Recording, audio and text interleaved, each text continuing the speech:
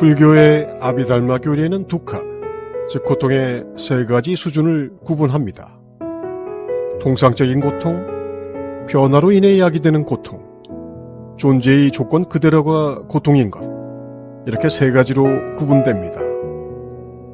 통상적 고통은 우리가 일상적으로 겪는 것이죠. 아주 쉽게 말하면 내가 원하는 대로 세상이 움직이지 않는 괴로움입니다.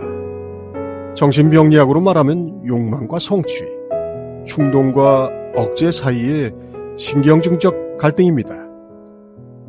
두 번째 구분인 변화로 인해 야기되는 고통은 뭔가 변화하면서 이전에는 문제가 되지 않던 것들이 그 차이로 인해 문제가 되는 경우입니다. 예를 들어 자주 겪는 것은 아니지만 사람이 성장하면서 겪는 문제 같은 것들입니다. 이런 성장에 따른 문제를 현대 정신병리학에서는 경계선 장애라고 부르기도 합니다. 육체와 감정, 정신적인 발달이 같이 가지 못하면서 구조화나 통합의 실패, 적응의 실패로 나타나고 거기서 발생하는 고통을 변화에 따른 고통이라고 합니다.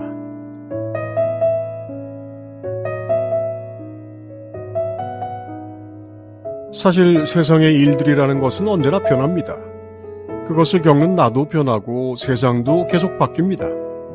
이런 변화가 서로 조화를 이루지 못하거나 잘 적응하지 못하면 자기 안정감이 없어지죠. 변화의 속도를 따지면 우리 대부분이 그렇죠. 세 번째 구분인 조건화된 상태로서의 고통은 삼카라 두카라고 부르는데 서구의 정신병리학자들이 보기에는 이런 고통이 있다고 주장하는 것이 완전히 새로운 범주를 가리키는 것처럼 보였나 봅니다.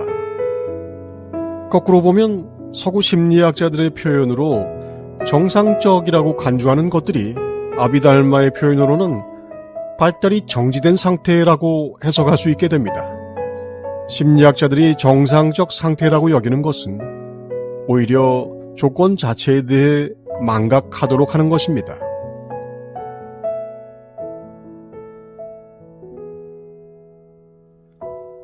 불교의 기본적인 교리인 삼법인은 일체계고, 재행무상, 제법무화로 정리되어 있죠. 불교를 알게 된 서양 근대의 보통 사람들은 모든 것이 고통이라고 말하는 일체계고가 매우 기괴하고 어색해 보였던 것 같습니다. 세상을 고통으로 보는 불교의 이런 관점이 매우 충격적으로 보였던 것은 물론이고 그것이 허무주의, 염세주의, 심지어는 자학하는 마조이즘으로 받아들인 경우도 있었습니다. 그래서 불교의 고통이라는 개념을 매우 어려워합니다. 그것은 서구화된 사회에서 성장한 우리도 마찬가지죠. 일체계고의 내용, 그 정체가 무엇인가요? 왜 세상은 죄다 고통일 수밖에 없는 것일까요? 내가 원하는 대로 이루어지지 않아서? 계속 변하고 흔들리고 바뀌고 그래서 불안해서일까요?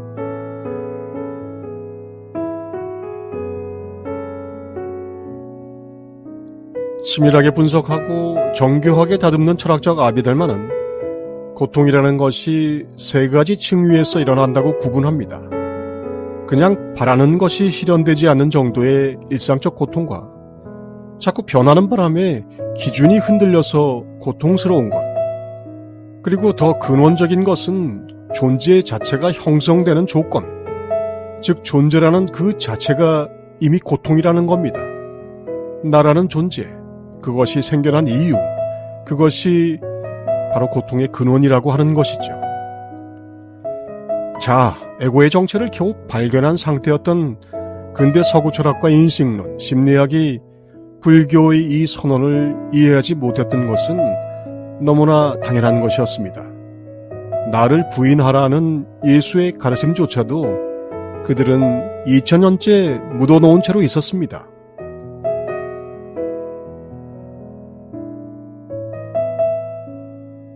나를 부인하려면 내가 드러나야 합니다.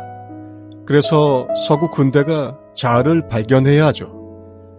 2500년 전에 이미 나의 정체를 드러내 그것이 곧 고통의 원인이라는 것을 지적했던 빛나는 영성이 있기는 했습니다만 아직은 아닙니다.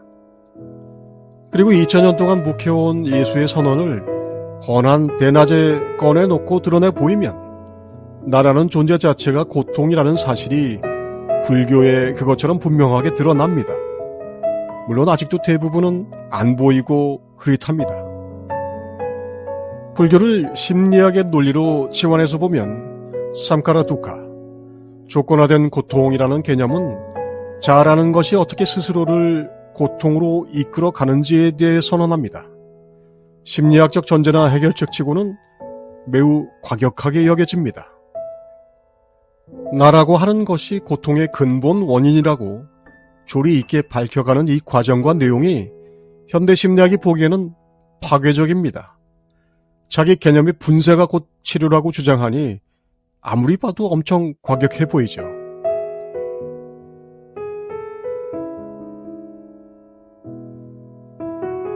심리학적으로 해석해보면 불교는 자기를 안정시키려는 노력이 오히려 불안의 원인인 자기를 영속하고 강화하는 환상에 지나지 않는다고 말하는 것입니다. 자기라고 하는 그것 자체가 불안의 조건인 것이죠. 나를 찾아내고 나를 알게 된 시점을 기준으로 하자면 나의 정체를 알았으면서도 나를 지키고 유지하려는 자아에 대한 모든 강화 시도는 사실상 발달의 정지라고 불교 심리학의 시각에서는 설명하는 것입니다. 왜 그런가 하면 나를 안다는 것은 또한 나라고 할 만한 것이 없다는 발견이기도 하기 때문입니다. 우리가 정상이라고 믿는 나라는 것은 나라고 할 만한 것이 없다는 사실로부터 비롯되며 이것이 불교가 알려주는 나의 비밀입니다.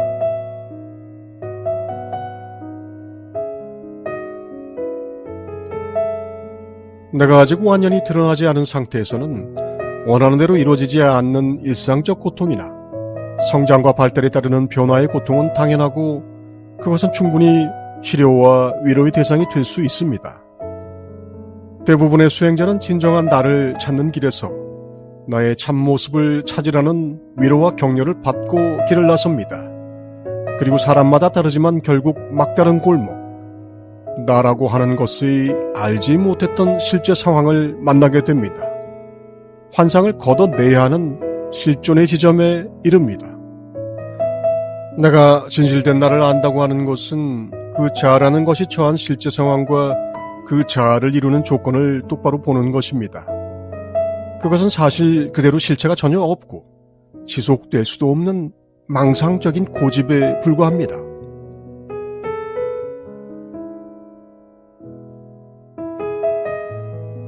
사람들은 그런 고집을 자기라고 믿고 삽니다.